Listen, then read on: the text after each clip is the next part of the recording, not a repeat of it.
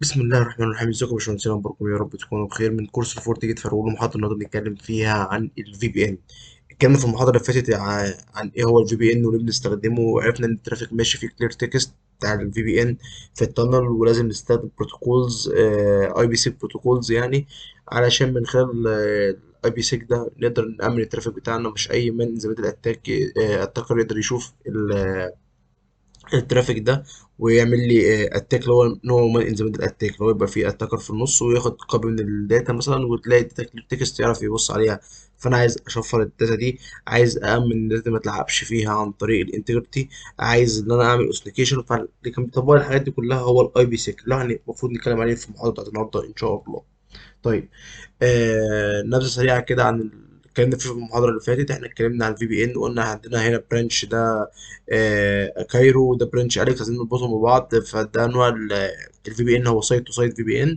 فهم من خلال الانترنت بنعمل تانل كده، اي بي سي في بي ان تانل، وبنخلي البرانش بتاع كايرو ده يتكلم البرانش بتاع اليكس من خلال الانترنت، بس بتبقى في تانل، وبنأمن التانل دي، نعملها انكريبشن للترافيك ده عن طريق حاجه اسمها الاي بي سيك اللي هنتكلم عليه النهارده. وعرفنا ايه اللي احنا بنأمن الفي بي ان، او بنأمن الترافيك اللي ماشي بين البرانش والبرانش، علشان نحمي نفسنا من مان زي الاتاك، نحمي نفسنا من نتورك سبوفنج اتاك ومن ايفستروبيك اتاك. وشرحنا ايه الفرق بين كل واحده في المحاضره اللي فاتت من كل نوع من الاتاك ده. وعرفنا احنا ليه عايزين نأمن الفي بي ان، او نأمن التنل بتاعتنا اللي بيمشي فيها الترافيك. عرفنا ان الترافيك بيمشي كلير تكست، يعني مش متشفر ولا اي حاجه، فممكن يحصل عليه اتاك، اي حد يشوفه، اي حد يغير في المسج في الداتا.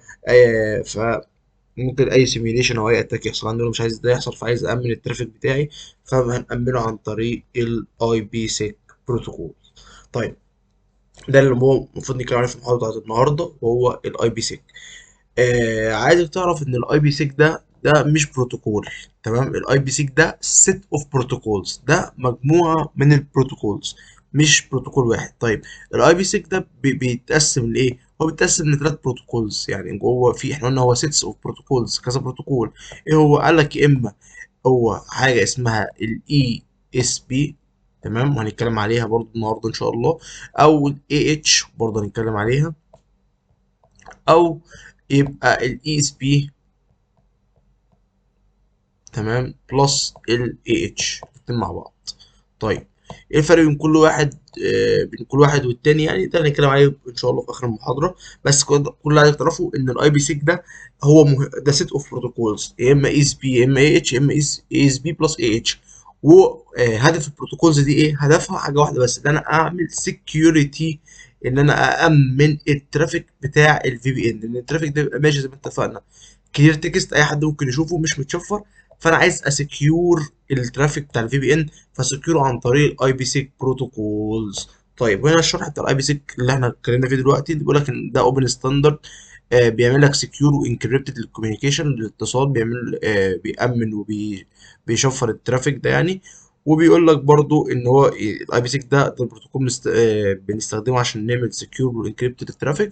بيستخدم في الفاير وول، يعني ممكن الفاير وول بيدعم الاي بي سيك، والراوترز برضو بتدعم الاي بي سيك. انت ممكن تعمل في بي ان على الراوتر عادي جدا جدا جدا، ونستخدم معاه الاي بي سيك عشان تامن الترافيك ده. ممكن تعمله على الفاير وول زي ما احنا هنعمله ان شاء الله على الفورت جيت، بس كمان محاضرتين ان شاء الله لما نبدا العمل يعني بتاع السايت تو سايت في بي ان. تمام، بيقول لك ان الاي بي سيك ده سيت اوف بروتوكولز، ده مجموعه بروتوكولات زي ما اتكلمنا، وبتبروفايد بتحقق لك حاجه اسمها كونفيدنتياليتي، انتجريتي، اوثنيكيشن. ايه الفرق بينهم؟ هنتكلم عليها في السلايد اللي جايه كل واحده والتانيه. الاي بي سيك از يوزد، بيقول لك الاي بي سيك ده ممكن يستخدم زي ما قلنا المره اللي فاتت في الريموت اكسس في بي ان. ما نعرفش يعني ايه ريموت اكسس لحد دلوقتي، غير اللي هو تقدر تاكسس النتورك بتاعتك ريموتلي، تمام. وبتستخدم في السايت تو سايت برضه في بي ان. وبيقول لك ان الاي بي سيك ده بيبني الفي بي ان، يعني بيعمل في بي ان تانلز اوفر انترنت.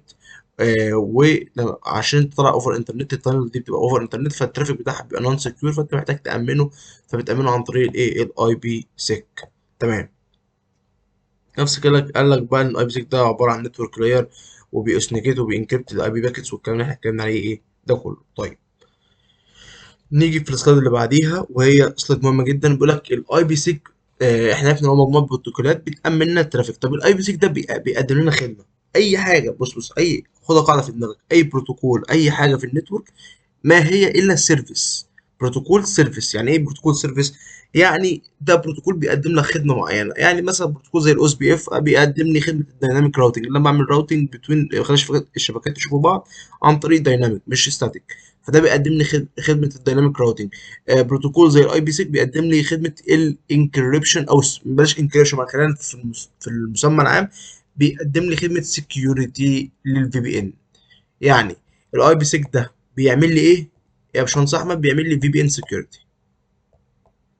في بي ان سكيورتي او سكيور، تمام، بيأمن لي الترافيك بتاع الفي بي ان. طيب بيأمنه لي فبيقدم لي كذا خدمه عشان يقدر يأمن لي الترافيك ده. اول حاجه اسمها الكونفيدنتياليتي. طيب ايه هي الكونفيدنتياليتي دي؟ قال لك دي هي السريه، معناها او السريه. طيب يعني ايه السريه؟ قال لك يعني الترافيك بتاعك، الداتا بتاعتك اللي ماشيه تبقى متشفره، محدش يقدر يشوفها، معمول لها انكريبشن. طيب ليه معمول لها انكريبشن؟ قال لك ده عشان اي مان اذا الاتاك، اي اتاك عندك راجل في النص خد الترافيك ده، قدر يوصل يعمل بالواير شارك زي ما احنا شفنا قبل كده، اللي هو يعمل يشوف الترافيك، فلقى الترافيك مش متشفر، فعرف الترافيك ده ايه هو ودي ايه هو وعرفها. فده غلط. انا عايز اشفر الترافيك ده عشان الراجل ده لما يجي يشوف الترافيك اللي متشفر ما يفهمش اي حاجه خالص. ف فعن طريق الانكريبشن الجوريزمز اللي هنتكلم عليها زي الديس، التريبل ديس، الاي اس، انت بتعمل انكريبت للترافيك عن طريق اي الجوريزم من الانواع دي بتشفره، فبالتالي انت حققت حاجه اسمها السريه. ايه هي السريه؟ ان الترافيك بتاعك بقى متشفر، محدش يقدر يشوفه غير السورس والديستنيشن اللي هو رايح له، طبعا عن طريق الكي، وده معاك كي وده معاك كي، نفس الكي اللي بيشفره اللي بيشفر بيه هو اللي بيفك فيه التشفيره، السيشن كي والكلام اللي احنا اتكلمنا بتاع السيرتيفيكت المحاضره اللي قبل اللي فاتت وصلت لكم بيه. طيب عمليه التشفير والكلام ده كله. طيب تاني حاجه بيقدمها لي الاي بي سيك، تاني خدمه بيقدمها لي الاي بي سيك، وهي اسمها الانتجريتي. طب ايه هي الانتجريتي؟ قال لك وهي عدم، او خلينا نتكلم يعني نوت موديفاي. نوت موديفاي يعني عدم التعديل. يعني ايه برضه عدم التعديل؟ يعني بيضمن لي ان الاي بي سيك ده حاجه اسمها الانتجريتي، والا وهي ان الداتا ما تلعبش فيها. طيب بيضمنها لي ازاي؟ احنا عرفنا ان الكونفيدنتياليتي ده بيضمنها لي عن طريق الانكريبشن. طب الانتجريتي ده بيضمنها لي عن طريق ايه؟ قالك عن طريق حاجه اسمها الهاش الجوريزم. طب ايه هو الهاش الجوريزم او الهاشنج عامه؟ بيقول لك ان الداتا تبقى موجوده عندك كده، تمام، عن طريق الهاش بيبقى السورس بيشوه الداتا ويطلع كود كده معين. الكود ده بيبعته مع الداتا للديستنيشن، الراجل اللي رايح له الداتا. فالراجل اللي رايح له الداتا ده بياخد الداتا وبياخد الهاش. عنده حاجه اسمها هاش الجوريزم، بيحط فيه الهاش، بيحط فيه الداتا واللي جايه له، يعني اللي جات له من الداتا اللي جات له من السورس، بيحطها في الهاشنج فاليو وبيطلع قيمه بيقارنها والله بالهاش اللي عنده. طلع نفس الهاش يبقى كده الداتا ما تلعبش فيها، طلع مختلف يبقى الداتا تلعب فيها ويعمل دروب للداتا. وانا شرحت لكم الفرق بين الهاشنج بين الهاش والانكريبشن في من كام محاضره، ممكن ترجعوا تشوفوها لو انتوا لسه مش فاهمين ايه الفرق بينهم. سؤال في الانترفيو بيصير على طول، بيقول لك ايه الفرق بين الهاش وبين الانكريبشن؟ هتقول له والله الانكريبشن ده تو واي، لكن لكن الهاشنج ده وان واي انكريبشن. طب يعني ايه؟ يعني انت في الانكريبشن لما تيجي تشفر الداتا ممكن تفك التشفير عن طريق الكي اللي هو بيبقى مع الديستنيشن فيشوف الترافيك ايه هو، فانت كده بتشفر وبتفك الترافيك. لكن الهاش ما تقدرش تفك، ما تقدرش تشوفه، انت بتشوه الداتا عشان تضمن سلامتها. ازاي اضمن سلامتها؟ احنا اتكلمنا عن الموضوع ده قبل كده، بس يعني برضو يعني في الشرح في السريع برضو اشرحه لك دلوقتي. ده عندك، انت عندك هنا سورس، تمام، وعندك هنا ديستنيشن. حلو قوي الكلام ده. وفي ترافيك ماشي بينهم، الترافيك ماشي بينهم كده. طيب ترافيك ماشي ده داتا، دي الداتا. عن طريق الانكريبشن انت السورس ده بيروح مشفر الداتا ده عن بكي، تمام، والكي بيبقى برضو مع الديستنيشن اللي هو السيشن كي في الاخر خالص اللي بيتفقوا عليه. كان على الموضوع ده في السيرتيفيكت انسبكشن، ممكن ترجع تشوفها طريقه التشفير بتحصل ازاي بالظبط. فالمهم ده معاكي وده معاكي بيشفروا الداتا، ده بيشفر الداتا بالكي، تروح للداتا للديستنيشن يفك التشفير بتاعها بالكي يشوفها ايه هو وايه، فالداتا تبقى ماشيه كده، ويروح مشفرها تاني بالكي، وده يفك التشفير وهكذا. فده بيبقى بيشوف الترافيك بيشفره، وده بيفك الترافيك. وده ساعات لو هيبعت له، لو الديسيشن ده مثلا بقى سورس او هيبعت حاجه للبي سي ده، بيشفر الترافيك، وده بيفك الترافيك. فاصبح الترافيك بيتشفر وبيتفك التشفير بتاعه. طيب ايه هو بقى الهاش؟ الهاش لا، الهاش وان واي. يعني ايه؟ يعني وان واي انكريبشن، ما تقدرش تفك التشفير بتاعه. ازاي بيحصل الكلام ده؟ ازاي؟ نفس القصه بالظبط. تعالى نفس القصه. عندي سورس بيكلم ديستنيشن، ففي داتا مبعوثه اهي، ونسي مثلا دي الداتا، تمام. ومعاها في هنا حاجه اسمها هاشنج الجوريزم، تمام. ايه الهاشنج الجوريزم ده؟ الهاشنج الجوريزم اهو، بيبقى داخل فيه الداتا، بتدخل في الهاشنج الجوريزم وبتطلع قيمه. انت بتشوه الداتا دي، بتدخل داتا في هاشنج الجوريزم، تشوهها وتطلع قيمه معينه، وان كان مثلا اكس مثلا. اكس دي ده الهاش فاليو. فالسورس بيبعت ديستنيشن ومعاه الاكس اللي هي الهاش فاليو. طيب بتروح سورس بيبعت الاثنين دول مع بعض، بتروح للديستنيشن. الديستنيشن عنده نفس الهاشنج الجوريزم اللي موجود عند السورس، تمام. فالديستنيشن بيعمل ايه؟ والله الداتا بتجيله، يروح مدخل الداتا اللي جايه له في الهاشنج الجوريزم ده، وبتطلع قيمه للهاش فاليو للداتا دي. لو طلعت اكس، يبقى كده اكس زي اكس اللي هي جايه له في الهاش فاليو، يبقى كده الداتا ما تلعبش فيها. طب طلعت واي مثلا، يبقى مش نفس القصه، مش نفس الهاش فاليو، فكده الداتا تلعب فيها ويعمل لها ايه؟ دروب. فكده عن طريق الهاشنج الجوريزم، اللي هو ايه هو الهاشنج الجوريزم؟ اللي هو الام دي 5 اللي بتعمل الحاجات دي. الهاشنج الجوريزم اللي هو ده، اللي هو الام دي 5 او الاس اتش اي. عن طريق الاثنين دول، اي حاجه منهم بتعمل لك الهاشنج الجوريزم، بتضمن لك الانتجريتي، اللي هي سلامه البيانات، اللي ما تلعبش فيها عن طريق الهاشنج فاليو اللي بتطلع. فهي قصه الهاشنج بتضمن لك بس سلامه البيانات، ما تقدرش تفك الهاشنج ده. فلما يجي اي انترفيو يسالك يقول لك ايه الفرق بين الهاشنج والانكريبشن، هتقول له الانكريبشن تو واي انكريبشن، ده تو واي في طريقين، يعني بتعمل له انكريبشن وديكريبشن. لكن الهاشنج ده وان واي بس، ما تقدرش تفك الترافيك بتاعته، عشان ده بيضمن لحاجه اسمها الانتجريتي. لكن الانكريبشن بيضمن لحاجه اسمها الكونفيدنشاليتي. وكده تبقى انت اديت له الاجابه النموذجيه، وان شاء الله تتعين في شركه اللي نفسك فيها باذن الله. طيب خدوا مني برضو اسئله انترفيوهات كتيره بقى انا ببقى عارفها. ناس كتيره من ناس اعرفها بتدخل انترفيوهات بتقول الاسئله هي. فانا ببقى داري بالاسئله بتاعت الانترفيوهات اللي بتحصل الفتره دي، والاسئله اللي بتتسال. فانا اي حاجه بتيجي قدامي من كتر ما الناس سالتني فيها، او من كتر ما الناس قالت لي جات لي سالت في كذا، سالت في كذا، سالت في كذا. فانا من كتر الاسئله دي كلها، لما تيجي حاجه وانا بشرحها تقع قدامي ببقى عارف ازاي اتسالت، فبقول لكم خدوا بالكم الحته دي لانها بتتسال في الانترفيوهات. طيب الاي بي 6 بتقدم لي خدمه ثالثه، ايه هي الاوثنيكيشن؟ طب ايه هي الاوثنيكيشن؟ الاوثنيكيشن ده يعني التحقق. يعني ايه التحقق؟ يعني عن طريق حاجه اسمها البريشيرد كي. انت باسورد بتضيف عليه يوزر نيم وباسورد، او السيرتيفيكت، اي حاجه من الاثنين دول. الاثنين يعني انت مثلا هتقوم في بي ان بين الفاير وول ده وبين الفاير وول ده، تمام. هتقوم بين الفاير وول ده والفاير وول ده في بي ان، تمام. فانت بتعمل حاجه اسمها اوثنيكيشن، ان الاثنين فاير وول يبداوا يتعرفوا عن بعض. تحط هنا يوزر نيم وباسورد، وهنا يوزر نيم وباسورد. لو هو نفس اليوزر نيم وباسورد، خلاص انت كده هم عرفوا بعض، وعن طريق اللي هو نفس اليوزر نيم ونفس الباسورد على الاثنين، فهيقوموا الفي بي ان بينهم. لكن لو هنا يوزر نيم وباسورد عكس هنا، عكس اللي هنا، الفي بي ان مش هتقوم. فهو بيقدم لي خدمه الاوثنيكيشن برضو، ان هو بيعمل تحقيق. يعني ممكن لو في مثلا فاير وول تاني اتذكر مثلا سيميليت اللي هو اكنه فاير وول، وعن طريق عايز يقوم في بي ان مع الفاير وول ده مثلا، فلازم هيطلب منه يوزر نيم ويطلب منه باسورد. فلازم يبقى الفاير وول ده، الراجل ده يبقى عارف اليوزر نيم والباسورد اللي هو بتاع الفي بي ان، عشان يقدر يعمل معاه في بي ان تانل. هو ساعتها مش هيقدر يعرفه، لان محدش عارفه غير الادمن اللي هو حاطه اليوزر نيم والباسورد على الفاير وول ده. فبيعمل خدمه تانيه اسمها الاوثنيكيشن. طيب اخر خدمه بيقدمها لي الاي بي سيك ايه؟ حاجه اسمها الانتي ريبلاي. طب ايه هي الانتي ريبلاي؟ قال لك الانتي ريبلاي ده عن طريق حاجه اسمها السيكونس نمبر، اللي هو لو في دوبليكيت باكيتس او في مالوير بتوين باكيتس او اي حاجه، الفورت جيت هيوقع الترافيك اللي هو بتاع اللي ماشي في التنظيم. طب يعني ايه الكلام ده؟ يعني احنا عارفين لما في سي سي ان ايه، ان اي ترافيك بيتبعت في اللاير 4 بيتبعت معاه، بيبقى له سيكونس نمبر.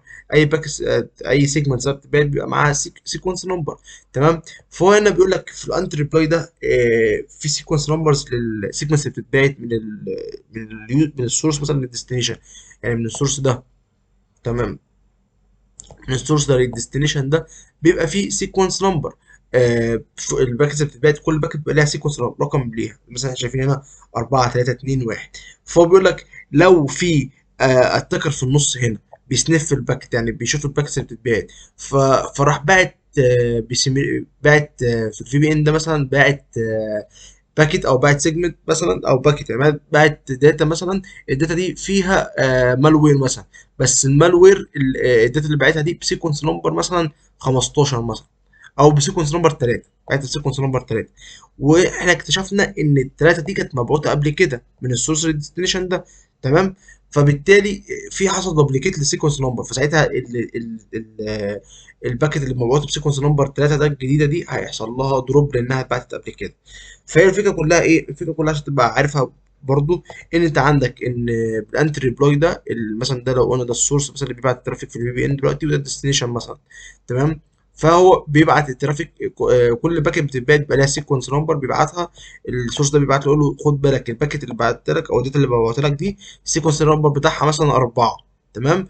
والنكست سيكونس نمبر، السيكونس نمبر اللي هبعتها لك بعد كده هي 5، تمام. فاصبح لو في اتاكر هنا عايز يبعت من خلال الفي بي ان ده، يعني في اتاكر عايز يبعت من خلال الفي بي ان تانل دي، يبعت حاجه فيها مالوير، داتا فيها مالوير، فمثلا بعتها بسيكونس نمبر 8 مثلا في نفس الوقت ده. فالباكت دي هتروح للديستنيشن، الديستنيشن عنده خلفيه او عنده حاجه ان هو السيكونس نمبر اللي جايه له هي رقمها 5 اللي بعد الاربعه مش 8، فبالتالي هيعمل لها دروب. فهو بيحالك الاي بي سي بتحالك حاجه اسمها انتي ريبلاي. انتي ريبلاي ده اللي هو عن طريق السيكونس نمبر لو في دوبليكيت باكيتس بتحصل لها دروب. طيب ده معناه ايه؟ معناه برضو خد بالك ان لو في داتا غير بقى الاتاكر وكده، لو في داتا اتبعتت متاخر، تمام، يعني السيكونس نمبر ما ترتبتش، هتبقى ايه؟ هتكونسيدر از الارت، هتكونسيدر اللي هي مشكله وهتضرب ويحصل لها دروب. طيب حلو أوي الكلام ده. طيب نتكلم عن الاي بي سيك فيتشرز. في فيتشرز في الاي بي سيك، وهو ايه البروتوكولات بتاعت الاي بي سيك اللي اتكلمنا عليها، وهو الاي اس بي او الاي اتش، وهنتكلم عن كل واحد بالتفصيل ان شاء الله في المحاضره النهارده. الاوثنيكيشن ايه هي ايه هي اللي بيدعم الاوثنيكيشن، او ايه هو الاوثنيكيشن اللي هو بيتحقق عن طريق الام دي 5 وعن طريق او الشا اللي هو اس اتش اي. الانكريبشن الجوريزم ايه هي انواعه؟ عندك الديس، تريبل ديس، الاي اس، وافضلهم هو طبعا الاي اس كسكيورتي. عندك الديفي هيلمان ده اللي هنتكلم عليه. الديفي هيلمان ده برضه هنتكلم عليه. هو عباره عن عفوا هو عباره عن بيعمل كي اكستشينج للكيز اللي بتعمل انكريبشن الترافيك عن طريق الديفي هيلمان ده. بيبقى يعني بيبقى لاير سكيورتي اوف سكيورتي. يعني ايه؟ يعني ايه لاير سكيورتي اوفر سكيورتي؟ يعني الانكريبشن الجوريزم ده هو اللي بيشفر الداتا، تمام. فانت بتعمل لاير اوف سكيورتي اكتر عن طريق الدي هيلمان ده. بيبقى فيه كي، الكي ده بيبقى كي لينس على حسب الجروب، مثلا دي هيلمان 1 2 او 5. كل ما الكي لينس ده بيكبر كل ما السكيورتي بيبقى اقوى، بس بيبقى بيحصل بطء اكتر. انت عشان تحقق سكيورتي عاليه هتيجي شويه على حساب البرفورمانس يعني. طيب الفكره كلها ايه؟ الفكره ان الانكريبشن الجوريزم ده انت بتشفر الداتا عن طريق كي مثلا مثلا لو قلنا ايه اس مثلا شغالين 128 مثلا، كي بيت لينس بتاعه 128، وشغال دي في هيلما مثلا الكي 512، تمام، اللينس يعني بتاعه، وده 128. فكده الترافيك هيتشفر عن طريق ال 128 ده مضروب في 512، الناتج اللي هيطلع يبقى ده الكي اللي هيشفر بيه الداتا. فانت عملت لاير اوف سكيورتي اوفر سكيورتي. بدل ما الكي كان بيتشفر بدل ما الترافيك كان بيشفر بكي 128، لا انت دخلت معاه حاجه اسمها دي في هيلمان كمان، فما بيتشفر اقوى، فاللي هو كده يتفك هيبقى اصعب من هو من غير ديفي هيلمان يعني. طيب تعالى نتكلم بعد كده في البوزيشن بقى. حاجه مهمه جدا جدا جدا لازم تبقوا عارفينها، الاي بي سي بيشتغل في اتنين مودز، وهو يا اما التانل مود يا اما ترانس بورت مود. طب ايه الفرق بينهم؟ بص، الفورتي جيت بيسبورت التانل مود بس، تمام، واغلبيه الشغل واغلبيه الناس كلها هتلاقيها شغاله تانل مود بس يعني. ترانسبورت مود ده مش شغال غير في حاجه واحده لما اجي اشرحها لكم ان شاء الله كمان بالظبط دقيقتين ثلاثه يعني. طيب ايه الفرق بينهم؟ قال لك اول فرق بينهم بين التانل مود والترانسبورت مود، هو التانل مود ده بيعمل ايه؟ بينكريبت الهيدرز اللي بتتبعت الهيدرز.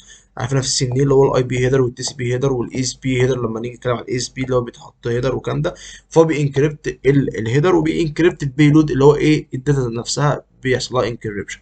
يعني انت لما اول من الاي بي سيك في التانل مود هيبقى الهيدر بتاعك كله معمول له انكريبشن متشفر، وهيبقى البيلود الترافيك معمول له تشفير. لكن في الترانسبورت مود قال لك الترافيك بيبقى عامل له انكريبشن عادي، اللي هو البيلود الترافيك الداتا معمول لها انكريبشن، لكن الهيدر مش بيبقى معمول له انكريبشن، بيبقى كلير تكست. ده اول ايه فرق بينهم.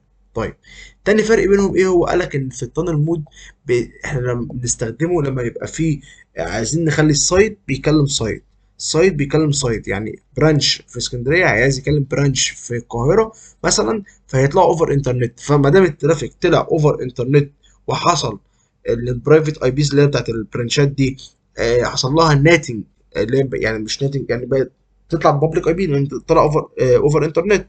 فبالتالي فالهيدر هيتحط فيه، الهيدر هيتحط فيه فيتشر جديد، او هيتحط فيه هيدر جديد. يعني انت عندك ده الهيدر كله ده هيدر، تمام، في مجموعه هيدرز جوه، فيبقى في مجموعه في هيدر هيبقى هيدر جديد اسمه نيو اي بي هيدر. نيو اي بي هيدر ده فيه ايه؟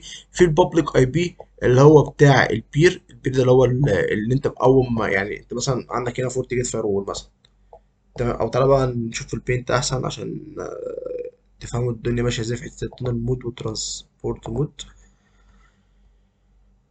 بصوا يا باشمهندسين دلوقتي انا عندي هنا، سوري،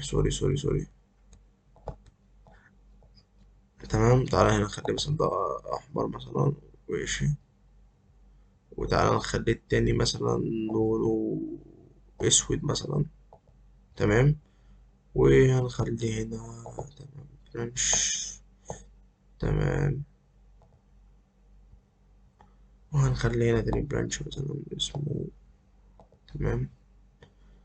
وهنوصل كده بينهم.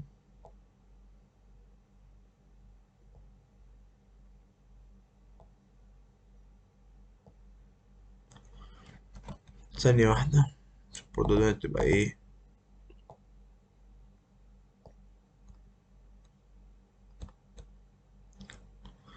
مش نحط هنا مثلا نخليه لونه، لا بلاش، ماشي أزرق. ومثلا هنا هنخليه لون أسود،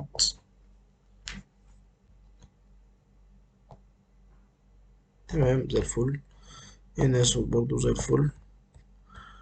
وهنا هيبقى اللون الأحمر بتاعنا زي الفل برضو. حلو الكلام ده. هنسمي ده مثلا فورتي جيت 1، أو ممكن نقول مثلا كايرو فورتي جيت 1 مثلا. وهنا هنسميها كايرو، ده البرانش بتاع كايرو برايفت، تمام، لان، تمام. وده هنبقى الاي اس بي، ده الاي اس بي. وده هيبقى الاليكس، تمام، برايفت لان برضو. وده هيبقى اليكس فورتيجيت 2. طيب اول حاجه خالص عايزين نعرفها يا باشمهندسين ان الفي بي ان بيتكنفج على الفورتيجيت ده وبيتكنفج على الفورتيجيت ده، الاتنين دول بيعملوا تانل مع بعض، تمام، زي كده ماسوره زي ما قلنا، تانل بيمشي فيها الترافيك علشان نخلي البرايفت ده يكلم البرايفت ده. طيب اوفر انترنت، حلو قوي الكلام ده، فدي حاجه مهمه جدا. فالاثنين الديفايس اللي بيتقوموا عليهم الفي بي ان بيبقى اسمهم بير، فده اسمه بير، ده اسمه لوكال بير بالنسبه لك انت واقف عليه دلوقتي اسمه لوكال بير. وده اسمه التاني ده ريموت بير، ده بالنسبه لايه؟ ده بالنسبه لكايرو. لكن بالنسبه لاليكس، لو انت واقف لو انت في اليكس يبقى اليكس ده بالنسبه لك انت اللوكال، وكايرو ده الريموت اللي بعيد. طيب حلو قوي الكلام ده كله، حلو قوي. احنا كده اتفقنا ان ده اسمه بير وده اسمه بير. طيب احنا عايزين، قلنا الفورت جيت شغال في التون المود. طب ايه هو التون المود؟ التون المود ده انت عندك هنا والله عندك بي سي اهو، البي سي ده باعت ترافيك هنا مثلا عندك سويتشات بقى اللان بتاعتك، فالترافيك وصل للفورت جيت فاير وول. وصل له ازاي؟ وصل له كده الهيدر بتاعه، عندك هنا تي سي بي هيدر نوصل لها بحرف التي، عندك هنا اي بي هيدر، اللي هو الاي بي برايفت بتاع اليوزر يعني والكلام ده. عندك هنا ايثرنت هيدر الماك والكلام ده كله. تمام. وهوريكم برضو الحته دي ثانيه واحده. تعالى ننزل كده. تمام. إيه عندك الاي بي والتي سي بي، وعندك ايه مبعوث معاهم الداتا. ودي مثلا الداتا اللي مبعوثه معاهم. تمام. فاصبح كده ان الترافيك الهيدر ده وصل للفورتيجيت فارول. طيب الفورتيجيت فارول ده عايز يودي الترافيك ده لمين؟ يعني هو بيبص كده عنده شافوا الاي بي اللي هو الاي بي هيدر الموجود اللي هو مثلا ده هيكلم حد هنا في البرايفت بلان، فعارف اللي هو يوديه من خلال الفي بي ان اللي بين الفورتيجيت ده والفورتيجيت التاني. فهيعمل حاجه اسمها انكابسوليشن. انكابسوليشن ده اللي هو هيزود الهيدر، هيزوده عن طريق الاي اس بي او الاي اتش، وهنتكلم عليهم كمان شويه، بس خلينا بس بره الحته دي دلوقتي. تمام. فالراجل ده هيحط الاي اس بي هيدرز وفكك منها دلوقتي خلاص، بس هيحط حاجه تانية معاها اسمها النيو اي بي هيدر. طب ايه هو النيو اي بي هيدر اللي هيحطه الفورتيجيت واحد ده؟ قال لك الاي بي البابليك بتاع الفورتيجيت اللي هو ده، اللي هو ده اللي هو رابط على الاي اس بي. لو في راوتر مثلا موجود، لو في راوتر هنا موجود والراوتر ده هو اللي رابط على الاي اس بي، هيبقى الفورتيجيت هيحط الاي بي اللي هو بتاعه مثلا، اللي هو الاي بي اللي هو مثلا اللي هو مربوط على الراوتر ده مثلا. والراوتر مثلا ممكن من خلال الراوتر عامل نت لو ده برايفت اي بي يعني عامل نت للبابليك. المهم يعني سيبك من الحته دي كلها. النيو اي بي اللي بيخرج من السايت ده كله بيبقى البابليك اي بي اللي هو ايه اللي بيخرج من الناس انترنت، البابليك اي بي. سواء كان بقى الفورت جيت ده اي بي وصل على الاي اس بي على طول فده بابليك اي بي، او ده مثلا برايفت اي بي وصل براوتر وانت عامل في الراوتر ده عامل نت. النت ده يعني بيخلي البرايفت اي بي ده يحوله لبابليك، وبالتالي يعني هتحط البابليك اي بي ده. طيب ليه انا بحط ليه يعني ليه الترافيك بقى نيو حط هيدر فيه هو اسمه نيو بابليك اي بي؟ ليه اتحط نيو اي بي اللي هو البابليك؟ قال لك عشان الاي اس بي مش بيفهم البرايفت. احنا قبل كده اتكلمنا قلنا لما يبقى في ترافيك خارج من اللان بتاع برايفت اي بي مش حاصل له نت البابليك اي بي بيروح الاي اس بي. الاي اس بي عنده اكسس ليست بتقول له اي برايفت اي بي هيجي لك وقعه على طول، اعمل له دروب. انا بتعامل بالبابليك اي بي. ده اللي قصه النت اللي كنا اتكلمنا عليها قبل كده في محطه النت زمان خالص يعني. فالفكره كلها هو ال فالفورت جيت فايرول بيحط في الهيدر بتاعه في التانل مود بيحط حاجه اسمها اي بي بابليك نيو اي بي اي بي جديد اللي هو اي بي بابليك، علشان لما الترافيك يوصل للاي اس بي يبقى جاي له بابليك اي بي. تمام. ولما بيبقى جاي له بابليك اي بي هو كده عرف السورس بقى والديستنيشن. يعني هو السورس اللي هو البابليك اي بي ده اللي هو ده، والديستنيشن اي بي اللي هو البابليك اللي هو الاي بي ده. فهو عنده سورس وديستنيشن، فالاي اس بي جاب له المعلومه اللي هو السورس والديستنيشن بابليك اي بي اللي هم الجداد دول. فعرف يروت الترافيك ازاي الاي اس بي، فراح موديه على طول للفورت جيت ايه التاني ده اللي هو في اليكس. الفورت جيت اللي في اليكس ده هياخد الهيدر ده كله. تمام.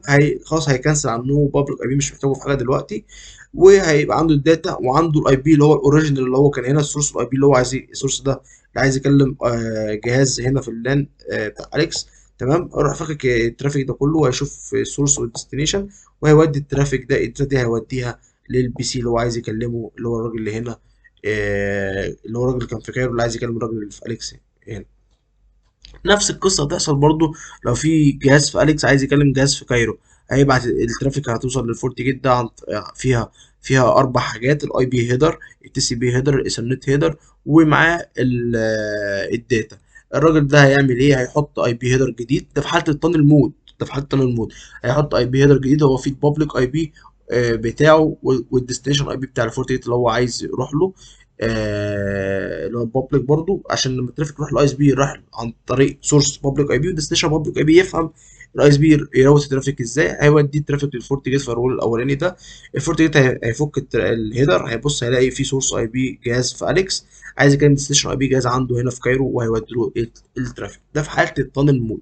طيب في حاله بقى الترانسبورت مود، قال لك في حاله الترانسبورت مود ده مفيش اصلا نيو اي بي هيدر مش موجوده، هو الاوريجينال اي بي بس اللي هو اللي خارج من ده. يعني الداتا بتبقى الهيدر بيبقى خارج اي بي في الهيدر، ومعاه تي سي بي هيدر، ومعاه ايثرنت هيدر والداتا.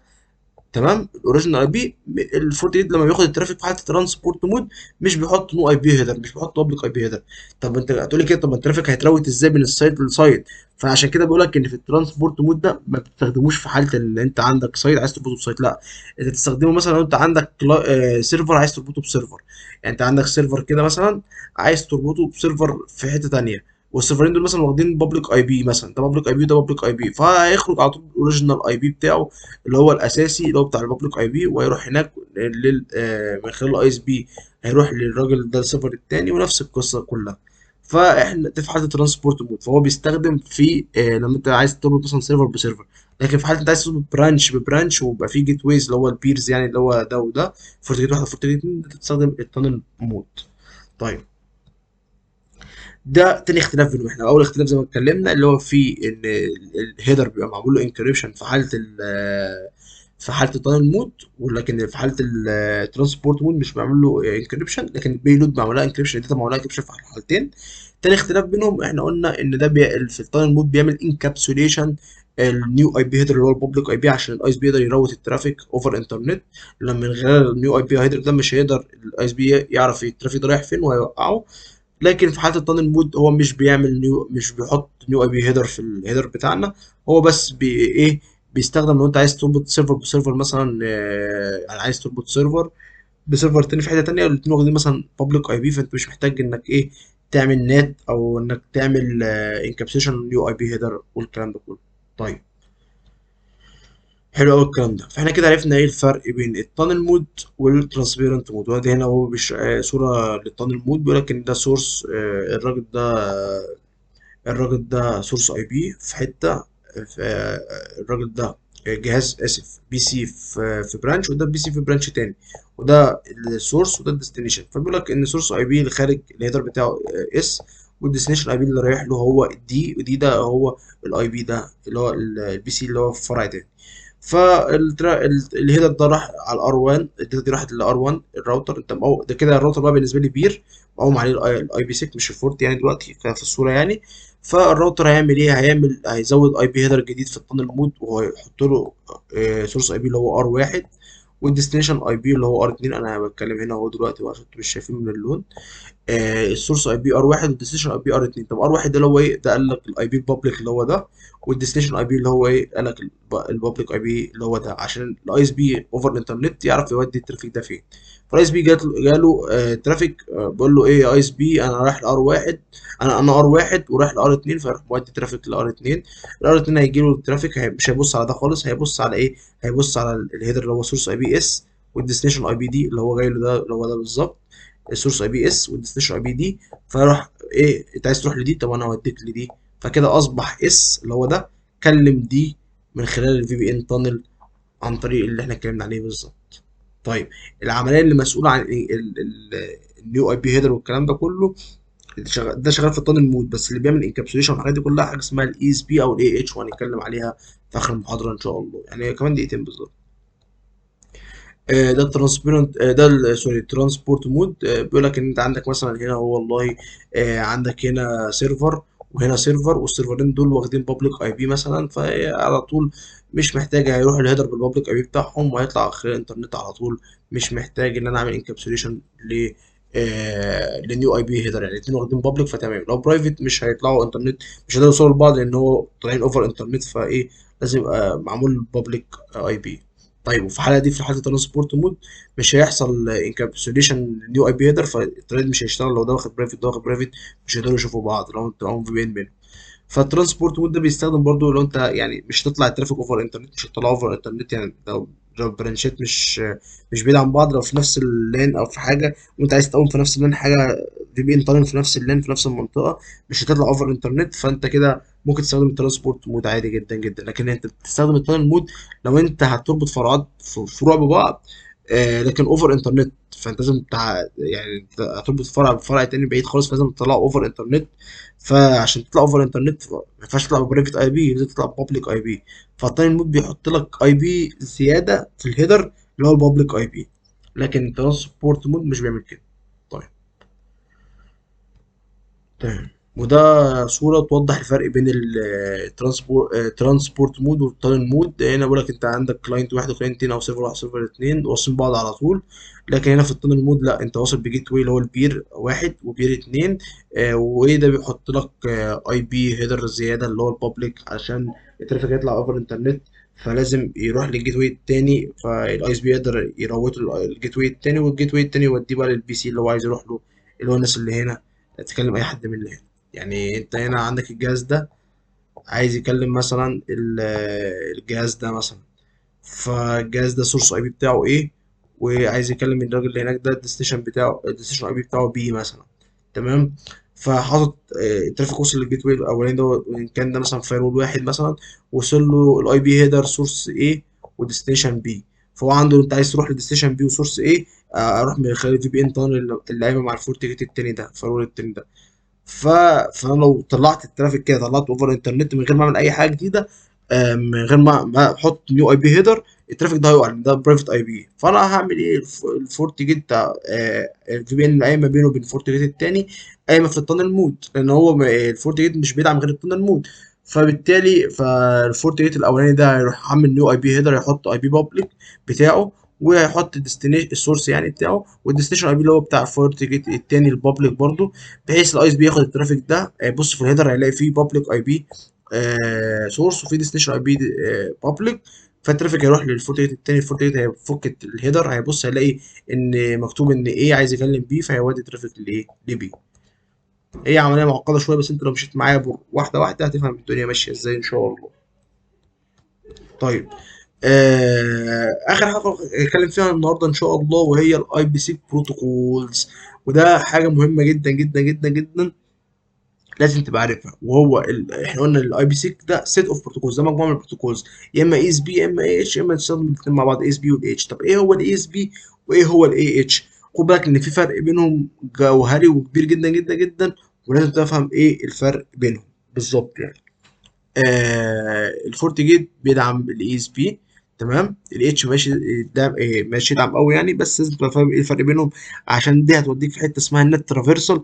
ومفيش اي انترفيو على وجه الارض بيتسال فيها الفي بي ان غير لما يتسال فيها ايه هو النت ترافيرسال. واسمع مني، ولما تاخد ان شاء الله اي انترفيو نتورك سكيورتي وتتسال في الفي بي ان هيقول لك ايه هو النت ترافيرسال، تفتكر باشمهندس احمد عصام على طول، وتقول له الاجابه اللي هنقولها النهارده في محاضره النهارده ان شاء الله، وتدعي لي بقى دعوه حلوه كده باذن الله. طيب، عايزين نعرف ايه هو الاي اس بي ده. اول حاجه خالص، الاي اس بي ده اختصار لايه؟ اختصار للانكابسوليتنج سكيورتي بيلود. طب ده بيعمل ايه؟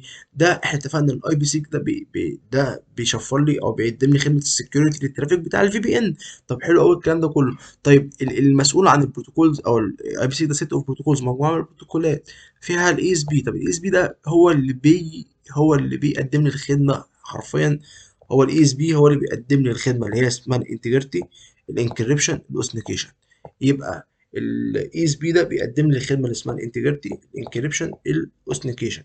يعني بيقدم لي ان الداتا ما تلعبش فيها، الداتا سليمه، بيأمن لي سريه المعلومات، ان الداتا ما حدش شافها عشان فيها متشفره. والاوثنيكيشن علشان مش اي حد يقوم معايا في بي ان، لازم يكون شخص انا باوثنيكيته يوزر نيم وباسورد عشان يقوم معايا الفي بي ان. طيب، يبقى كده الاي اس بي ده بروتوكول من يعني الاي بي سي ده، الاي بي سي بروتوكولز ده مجموعه من البروتوكولات فيها الاي اس بي وفيها الاي اتش وفيها الاي اس بي بلس اي اتش. فكك من الاي اس بي بلس اي اتش، هما الاثنين مع بعض فكك منه. في يا اما الاي اس بي يا اما الاي اتش. طب الاي اس بي ده بيقدم لي ايه؟ بيقدم لي يا اما بيقدم لي الداتا انتجريتي والانكريبشن والاوثنيكيشن، ثلاثه مع بعض، اللي هو بيقدم لي سكيورتي للفي بي ان ترافيك. طيب، تاني حاجه بيقول لك ان برضه الاي اس بي ده بيقدم لي خدمه اسمها الانتي ريبلاي اللي اتكلمنا عليها بتاعت الدبليكيت باكيتس. طيب، بيقول لك في الانكريبشن الاي بي سيك في الانكريبشن بيستخدم ثلاث انواع، يا اما الديس يا اما التريبل ديس يا اما الاي اس. طب ايه احسن نوع فيهم؟ هو الاي اس، لان هو اقوى نوع فيهم، كالكي بيت لينس بتاعته اللي بيتشفر بيها قويه جدا، فده ايه الكي بتاعه كويس، فايه احسن من الديس والتريبل ديسك في الانكريبشن. طيب، بيقول لك برضو نفس القصه ان الاي اس بي بيعمل اوثنيكيشن مع الداتا مع الفي بي ان، وعشان يعمل لك حته الداتا انتجريتي عن طريق الهاش فاليو اللي هو ام دي 5، هاش الجوريزم اللي هو ام دي 5 او الاس اتش اي اللي اتكلمنا عليه. الام دي 5 والاس اتش اي ده بيعمل لك دول هاشنج الجوريزم، عن طريق الهاشنج الجوريزم ده انت بتاكد ان الداتا ما تلعبش ايه فيها. نفس القصه، بيقول لك ان الاي اس بي برضه بيروفايد اول اي بي سيك فيتشرز، بيقول لك الاي اس بي ده بروتوكول نمبر بتاعه 50، والاي اس بي بيشتغل مع النات، وهو يوزنج النات ترافيرسال. وايه هي النات ترافيرسال دي مهمه كتير في كل الانترفيوهات وهشرحها لك دلوقتي. ويقول لك الاي اس بي بروتوكول بيسبورت الاثنين مود، يا اما ترانسبورت مود او تانل مود، بيستخدم في الاثنين. والترانسبورت مود بيبقى الاوريجينال اي بي هيدر، وانسرت الاي بي الاي اس بي هيدر في الترانسبورت مود. بيقول لك الهيدر بيبقى الاوريجينال اي بي، مش بيحط نيو اي بي زي ما اتكلمنا، وبيحط معاه الاي اس بي هيدر. لكن في التانل مود بيحط نيو اي بي هيدر اهو، اللي هو البابليك. وده بيبقى كويس للسايت تو سايت في بي ان، بيستخدم في السايت تو سايت في بي ان اللي اتكلمنا عليها. طيب، حلو الكلام ده. انا عايز افهم بقى ايه هو الاس بي، وايه الفرق بينه وبين الاي اتش، لان هو في فرق جوهري بينه وبين الاي اتش. طيب، والصورتين دول، يعني الصوره دي والصوره دي هتوضح لكم الفرق بينهم، بس ده هنتكلم فيه في اخر المحاضره خالص. طيب، انا عايز بس برضه اعدي على الاي اتش نقراه مع بعض، عشان لما ارسم لكم كده رسمه هتعرفوا الفرق بينهم في الرسمه، بس نقرا ايه الاي اتش برضه. بيقول لك ان سوري، بيقول لك ان الاي بي سيك الاي بي سيك بيستخدم الاي اتش، اللي هو البروتوكول اللي هو اسمه اي اتش ده، اللي هو اختصار لاوثنيكيشن هيدر، عشان يعمل لي داتا انتجريتي ويعمل لي اوثنيكيشن فانكشن. الاي بي سيك برضو عشان بيعمل الاتش اي، بيعمل لي الاي اتش سوري بيعمل لي انتي ريبلاي برضو. لكن خد بالك من الحته دي بقى، بيقول لك ان الاي بي سيك اوثنيكيشن هيدر، الهيدر بتاع الاي اتش، الهيدر بتاع الاي اتش مش بيتشفر. تمام، نوت بروفايد داتا انكريبشن، مش بيتشفر. تمام. والاي اتش از يوزد تو بروفايد داتا انتجريتي سيرفيس تو انشور داتا از نوت. تمام، بيقول لك بيستخدم برضه داتا انتجريتي عشان يتاكد ان الداتا ما تلعبش فيها. بيقول لك الاي بي بروتوكول بتاع الاوثنيكيشن هيدر 51. تمام. وبيقول لك ان الاوثنيكيشن هيدر مش بيشتغل مع النات، ومش مش بيستخدم النت ترافيرسال. تمام. والاي اتش بروتوكول اولسو سبورت، بيستخدم في الاثنين مود، وشرحنا الترانسبورت مود والتانل مود والكلام ده كله. طيب، عشان انا انتوا كده ممكن تكونوا تهت مني ومش فاهمين، انا تقولوا مثلا ده باشمهندس بيقرا بس السلايد وفين ما فهمتش حاجه والكلام ده كله. لا، انا يا باشا هشرح لك. انا بس عايزك لما قريت معاك الاي اس بي والاي اتش، عايزك تطلع لي بس المعلومه لحد ما اشرح لك ايه الرسمه، وافهمك ايه الفرق بين الاي اس بي والاي اتش. ان الاي اتش ده مش بيستخدم النت ترافيرسال، لكن الاي اس بي بيستخدم النت ترافيرسال. ده اللي انا عايزك تعرفه بس، لحد ما ارسم لك ايه الرسمه كمان دقيقتين بالظبط. يبقى هنا ال AH مش بيستخدم النت ترافيرسال، مش بيشتغل مع النت. لكن في الاي اس بي بيشتغل مع النت. الاي اس بي بيشتغل مع النت، وبيشتغل مع النت ترافيرسال. طيب، ايه بقى قصه النت ترافيرسال، وايه قصه الاي اس بي والاي اتش والحاجات دي كلها؟ انا مش فاهمها خالص. طيب، بص دلوقتي في احنا هنا هنتكلم مثلا في الاي اس بي. الاي اس بي احنا اتفقنا ان طيب، عشان برضو ضمن الرسمة. طيب، اتفقنا ان الترافيك تعالى بقى نسيميليتها بالظبط. تعالى نسيميليتها بالظبط.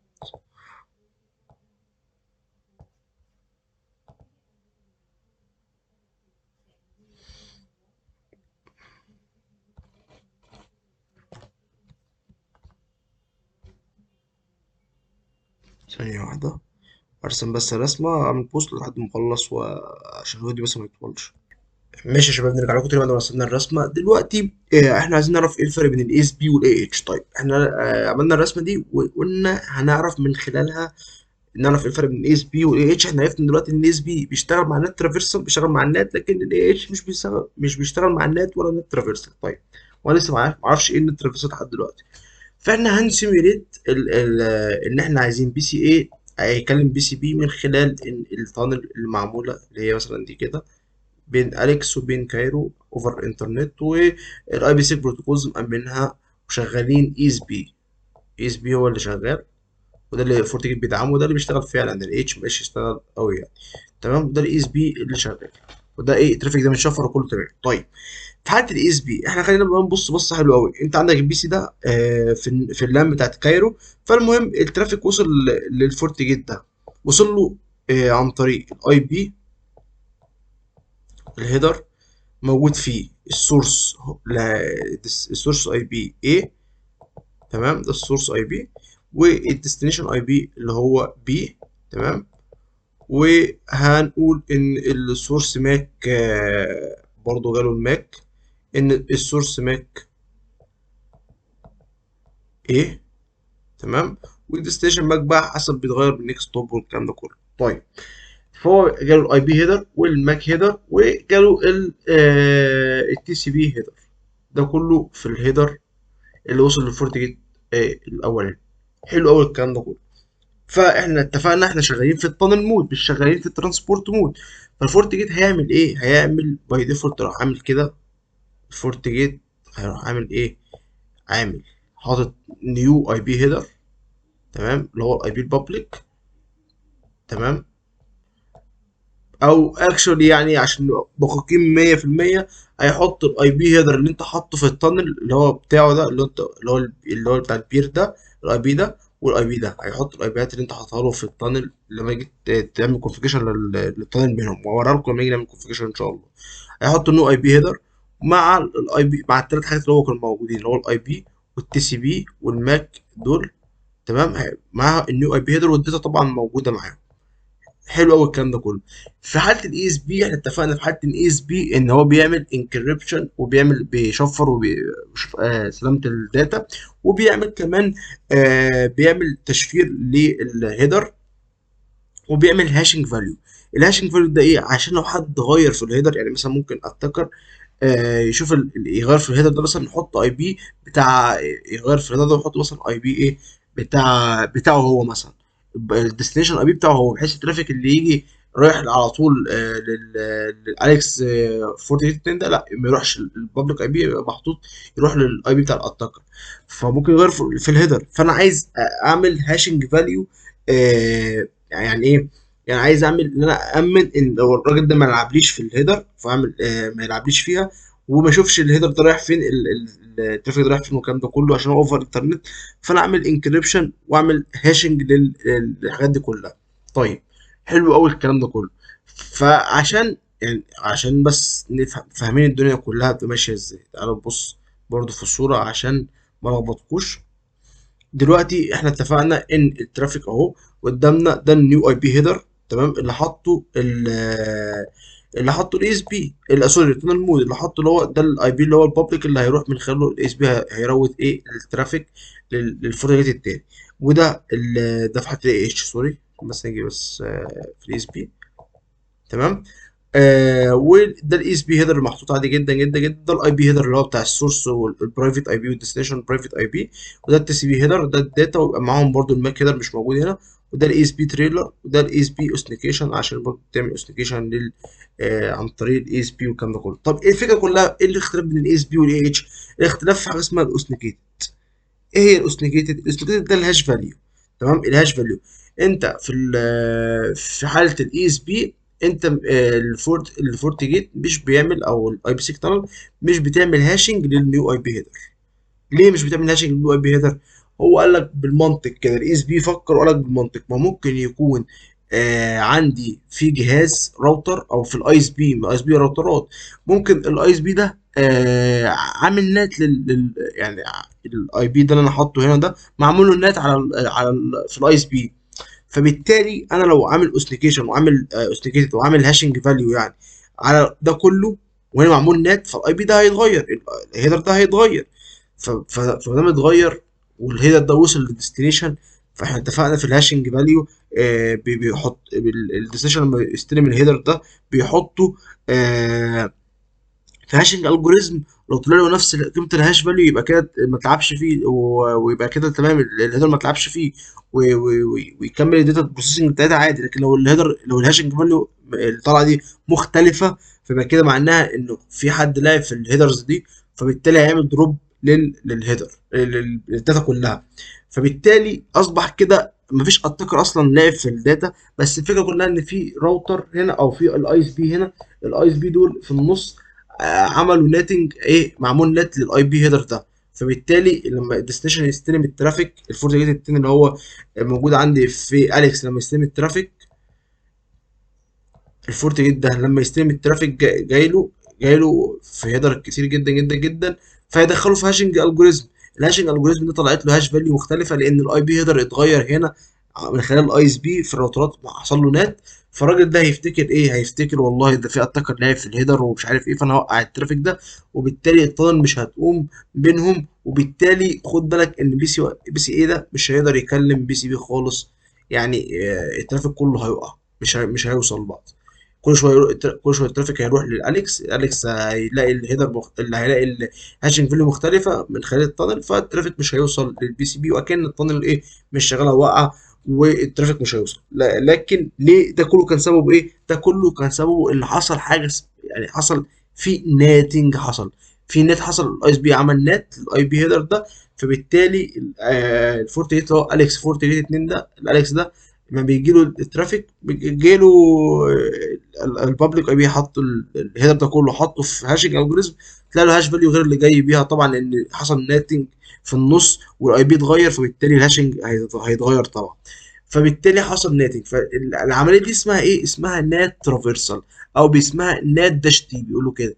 طب ايه قصه النات داش تي؟ وانت بتعمل الكونفيجريشن بتاع الفي بي ان بيسالك سؤال، بيقول لك هل الراجل اللي انت رايح تكلمه ده اللي هو البير بتاعك اللي هو اليكس اللي انت مصور فين عندك بتعمل في بي ان، بيسالك سؤال وانت بتعمل في بي ان، بيقول لك هل اليكس فورتي 2 ده، هل ده البير بتاعك ده موجود وفي نت ديفايس يعني ورا نت، يعني الاليكس فورتي 2 ده جهاز ورا النت ديفايس، يعني ممكن في جهاز بيعمل نت، بيعمل ناتنج، تمام، جهاز قايم بوظائف النت ووراه البير اللي انت هتروح له. فانت لو مش عارف بتخليها يس، تمام. لو الفكره كلها في ايه؟ في حاله الاي اس بي، في حاله الاي اس بي الراجل في حاله الاي اس بي بيعمل حاجه واحده بس، بيعمل ايه؟ مش بيعمل خد بالك بقى من في الحته دي، ده الفرق بين الاي اس بي والاتش. في حاله الاي اس بي الهيدر بتاع النيو بابليك اي بي مش بيحصل له هاشنج، مش بيدخل في عمليه الهاشنج خالص، مش بيدخل في عمليه الهاشنج. ليه؟ لان هو بيقول لك الاس بي بيفكر صح، يقول لك يا باشا ده الترافيك ممكن يحصل له نت، ممكن يحصل له نت من خلال الاي اس بي، ويروح للراجل ده، الراجل ده يفتكر ان الترافيك ان الهيدر ده اتلعب فيه ومن اتاكر، فراح موقع الداتا. لا انا مش هدخل اصلا النيو اي بي هيدر ده، مش هدخله في عمليه الهاشنج الجوريزم، مش داخله معايا، مش هدخله لان انا مش عايز ادخله. ليه؟ لان انا مش فارقه معايا غير ان هو يروح للاليكس فورت جيت 2، يعني يتروت للاليكس فورت جيت 2، مش فارقه معايا، فانا مش هدخله في عمليه الهاشنج الجوريزم دي. فانا اللي هخليه موجود في الهاشنج الجوريزم هو الاي اس بي هيدر والاي بي هيدر العادي جدا البرايفت، والتي سي بي هيدر والداتا والاس بي تريلر، دول كلهم هيخشوا في عمليه الاوثنيكيشن، هيدخلوا في عمليه الهاشنج الجوريزم، تمام. والاس بي اوثنيكيشن ده هو والاس بي اوثنيكيشن ده هو الهاشنج فاليو اللي بتطلع مع الداتا يعني. فالفكره كلها ايه؟ ان هو دخل الاس بي هيدر والاي بي هيدر والتي سي بي هيدر والداتا والاس بي تريلر، دخلهم في عمليه الاوثنيكيشن، وما دخلش النيو اي بي هيدر ده في عمليه الاوثنيكيشن، بحيث كده لو حصل نات في النص للاي بي اللي هو النيو اي بي هيدر، يعني مثلا سي مثلا انت خليت هنا سوري عشان برضو خليت هنا السورس اي بي مثلا بابليك اللي هو بتاع مثلا فورت جيت مثلا اللي هو 192 مثلا، مش 190 بقى. طيب عشان بس ايه ما لخبطكوش، هنا الاي بي بتاع الراجل ده 4 وحيد، حلو الكلام، تمام تمام. وهنا الراجل ده الاي بي بتاعه كام؟ 4 اتنينات، تمام. في الطبيعي لو مفيش، لو مثلا هنا الراوتر الاي اس بي ده مش عامل نت، في الطبيعي كان ايه اللي هيحصل؟ لما الترافيك يوصل ل 48 الاولاني ده هيعمل نيو اي بي هيدر، هيحط فيه السورس اي بي 4 وحيد، الديستنيشن اي بي 4 اتنينات، تمام. كمل بقى ال4 اتنينات والكلام ده كله، وفوق 4 وحيد. فالترافيك يروح للاي اس بي، الاي اس بي هيعمل ايه؟ هيلاقي الترافيك السورس 4 وحيد راح الديستنيشن 4 اتنين، هيوديه للفورت 2. طب افترض ان الاي اس بي عنده هنا كان يعني معمول نت ايه؟ ان والله لو جالك الترافيك سورس 4 وحيد اعمل له نت ل4 تلاتات، تمام، 4 تلاتات. فانت لو شغال في الاي اس بي مش هتفرق معاك حاجه، ليه؟ لانك انت غيرت كده الاي بي هيدر، الاي بي هيدر بقى هيروح للفورت جيت 2، لما الترافيك يروح للفورت جيت 2 هيروح في الهيدر موجود النيو بابليك النيو اي بي هيدر، يبقى موجود السورس سورس 4 تلاتات، تمام، والديستنيشن اربع اتنينات، فبالتالي السورس اي بي اتغير من اربع وحيد لاربع تلاتات. السورس اي بي بقى اربع تلاتات مش اربع وحيد. فبالتالي لما تيجي تضرب ده كله في الهاشنج الجوريزم هيطلع لك قيمه مختلفه عن اللي مبعوثه عن اللي مبعوثه من الكايرو فورت جيت واحد، لان الاي بي اللي هو السورس ده اتغير. هو كان هاشنج الجوريزم معموله على اساس انديكيت ان السورس اربع وحيد، هو سورس بقى اربع تلاتات دلوقتي اتغير. فاي بص اي حاجه في الهيدر تتغير تعرف ان الهاشنج الجوريزم هتتغير، الهاشنج فاليو بتطلع هتتغير لازم. فالهاشنج الفاليو اللي طالعه هنا مش زي اللي مبعوثه مع الداتا، فبالتالي الاليكس ده يفتكر ان الداتا تلعب فيها من اتاكر، فراح ايه عامل لها دروب. طيب ده في حاله الاي اتش، في حاله الاي اتش. لكن في حاله بقى الاي اس بي اللي احنا بنتكلم عنها دلوقتي، يا باشا انت جالك ان النيو اي بي هيدر السورس طلع اربع تلاتات، ان شاء الله يجي لك اربع عشرات او اربع تمانيات او اربع سبعات، مش فارقه معايا، ده كده اصلا مش مدخله في الهاشنج الجوريزم. لما اجي اضرب الهيدرز باقي الهيدرز كلها في الهاشنج الجوريزم ويطلع لي هاشنج فاليو، هيطلع نفس الهاشنج فاليو، لان انا مش دخل ده في حسبه، ده مش هدخله معايا في الهاشنج الجوريزم، ملوش 30,000 علاقه، انا مش عايزه. انا اللي حاطه في الهاشنج الجوريزم ايه، اللي دخلوه في الهاشنج الجوريزم اولا اعمل له هاشنج ايه، عامل له هاشنج اللي هو الاي اس بي هيدر، الاي بي هيدر، التي سي بي هيدر، الداتا، الاي اس بي تريلر. النيو اي بي هيدر ده مش مدخله في الحسبه، غيره براحتك يعني ايه. لو في نت في النص غير براحتك يا باشا عادي، مش داخل في الحسبه، فبالتالي الترافيك هيعدي عادي جدا جدا جدا. فده هو النت ترافيرسال. النت ترافيرسال ده ايه؟ هو انت بتقول له، بيسالك في الانترفيو يقول لك ايه هو النت ترافيرسال، بتقول له والله انت لما تيجي تقوم في بي ان بيسالك وانت واقف على البير، بيقول لك البير اللي انت هتقوم معاه الفي بي ان الريموت، او مش الريموت، يعني السايت اللي انت تقوم معاه في بي ان، البرانش اللي انت تقوم معاه في بي ان، هل البرانش ده الديفايس ده اللي انت تقوم معاه في بي ان الناحيه الثانيه، هل ورا الديفايس معمول له نت، يعني هل ده ورا ديفايس عامل نت ولا لا؟ بيسالك السؤال ده، بيقول لك ان الديفايس اللي انت تقوم معاه في بي ان تانل، اللي تقوم معاه تانل ده الديفايس ده ورا جهاز بيعمل نت ولا لا؟ يعني ممكن النت يتغير ولا لا؟ يعني ممكن الاي بي سوري يتغير معمول له نت ولا لا؟ هي دي قصه النت ترافيرسال. ففي حاله الاي اس بي، بيشتغل مع نت ترافيرسال ازاي؟ ان انت لو غيرت لي هنا، عملت الاي اس بي ده عمل نت لاربع تلاتات بدل اربع وحيد، وصل هنا اربع تلاتات، انا اصلا مش مدخل حسبه النيو اي بي في الهاشنج اصلا، فبالتالي مش هدخل ده معاها في الهاشنج، فبالتالي ايه، صباح الفل عادي جدا جدا اتغير، فايه الداتا هتوصل عادي للبي سي. طب في حاله الاي اتش بقى، حاله الاي اتش حاله الاي اتش مختلفه تماما في الحته دي عن الاي اس بي، وده الاختلاف اللي بينهم. حاله الاي اتش ايه بقى؟ بص بقى، في حاله الاي اتش هو بيحط الهاشنج فاليو، يعني بيحسب الهاشنج فاليو كلها، بيدخل فيها النيو اي بي هيدر، الاي اتش هيدر، الاي بي هيدر، التي سي بي هيدر، الداتا، ده كله بيدخله في عمليه ايه، الهاشنج.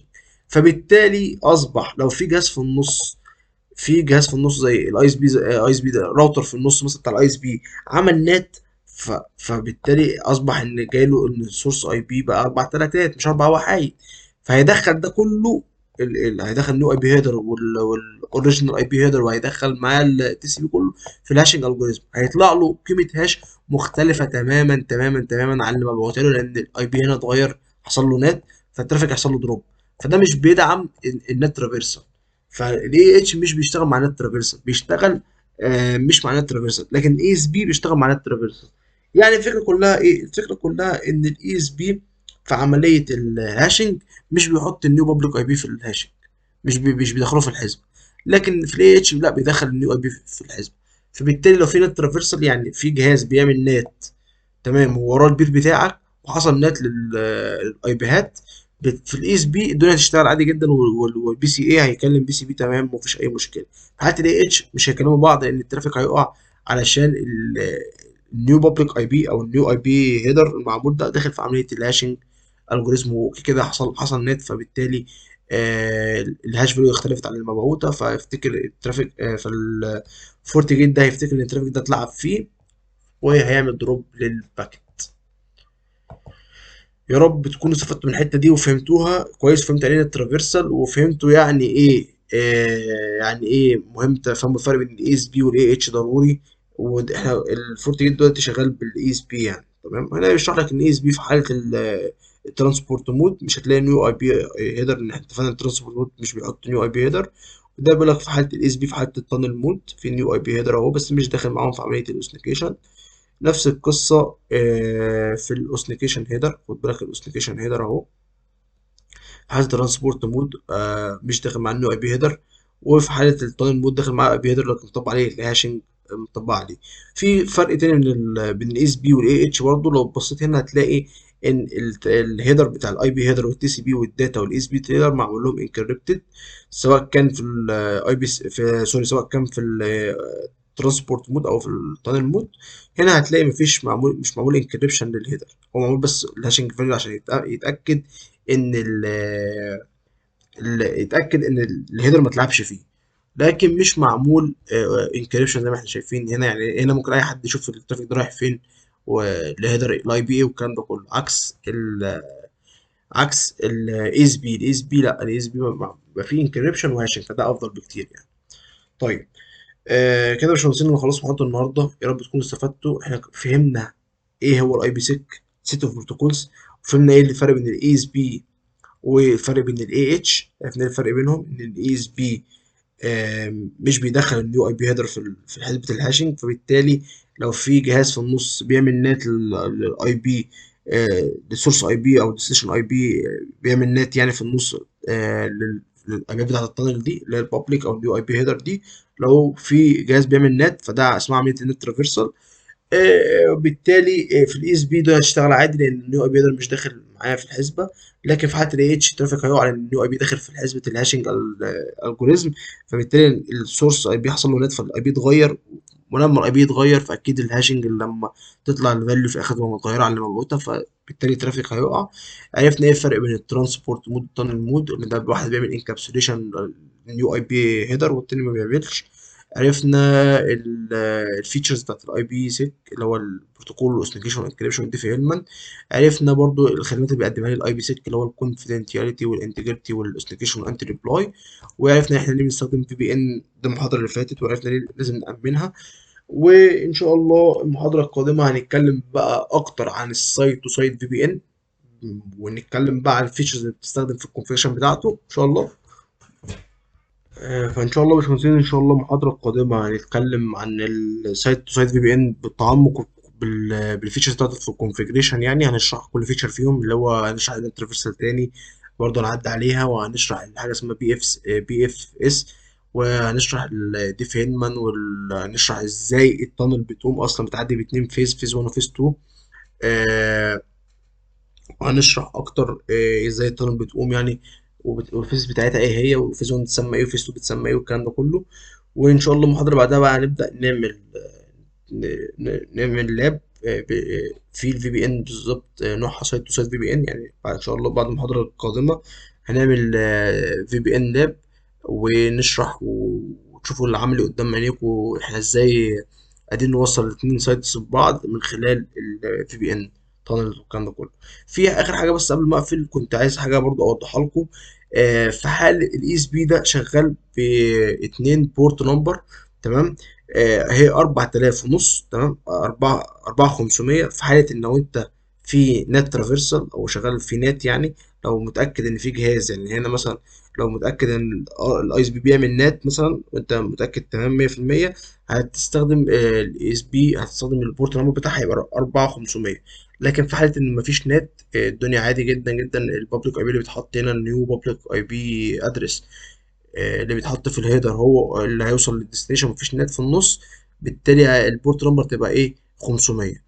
فده برضو سؤال كان بيصير في الانترفيو، يقول لك هو الاي بي سيك او الاي اس بي شغال ببورت نمبر كام، هتقول له لو في نت بيحصل في النص او في نت ترافيرسال، يعني في جهاز بيعمل نت للاي بي بتاع البابليك اي بي اللي هو بتاع التانل بتاع البيرز يعني مثلا جهاز في النص هنا ده بيعمل نت للاي بيهات مثلا، سواء كان السورس ده او الديستنيشن ده، فبيعمل نت للاي بيهات دي. فساعتها هيبقى البورت نمبر بتاع الاي اس بي 4500. لكن لو مفيش نت خالص وهنا لما البابليك اي بي ده بيروح يكلم البابليك اي بي ده وزي الفل مفيش نت في النص، فبالتالي البورت نمبر بتاع الاي اس بي هيبقى 500. يعني الفكره كلها انت عندك زي ما احنا قلنا ده عنده اربع وحيد وده اربع اتنينات، تمام، فالترافيك وصل للاي اس بي من السورس اربع وحيد راح يكلم اربع اتنينات، فالاي اس بي راح موديه على طول، ده كده مفيش نت. فكده يبقى الاي اس بي شغال على بورت 500. تمام. تمام. لكن لو هنا مثلا اربع وحيد راح يكلم اربع اتنينات وفي جهاز في نص الاي اس بي قال له عليه كونفيجريشن، لو في ترافيك جالك من اربع وحيد يا اس بي اعمل له نات لاربع تلاتات، فبالتالي كده حصل نات. في جهاز في النص عمل نات يعني، فبالتالي الاس بي هيشتغل على بورت 4500. فايه خد بالك برضو من المعلومه دي لما تسال في اي انترفيو، يعني خد بالك ايه منها. انا كده مش خلصت محاضره النهارده. مش من وعدنا ان احنا نعدي الساعه في المحاضره، بس كنت لازم اشرح لكم قصه اي بي سي بروتوكول بالظبط وبالتفصيل. فيا رب تكونوا استفدتوا من محاضره النهارده. متنسوش تعملوا شير وسبسكرايب وتعملوا لايك للفيديو وتفعلوا جرس التنبيهات عشان يوصلكم كل جديد، ويوصلكم كل فيديو بينزل ان شاء الله في الشانل بتاعتنا. متنساش تذاكر عشان الاسسمنت قرب خلاص. وان شاء الله تاخد فرصات بخصم كويس جدا جدا جدا جدا. ويا رب يا رب يا رب تكونوا استفدتوا من محاضرة النهارده، واشوفكم على خير باذن الله في محاضرات قادمه كتير. والسلام عليكم ورحمه الله وبركاته. كان معاكم باشمهندس احمد عصام.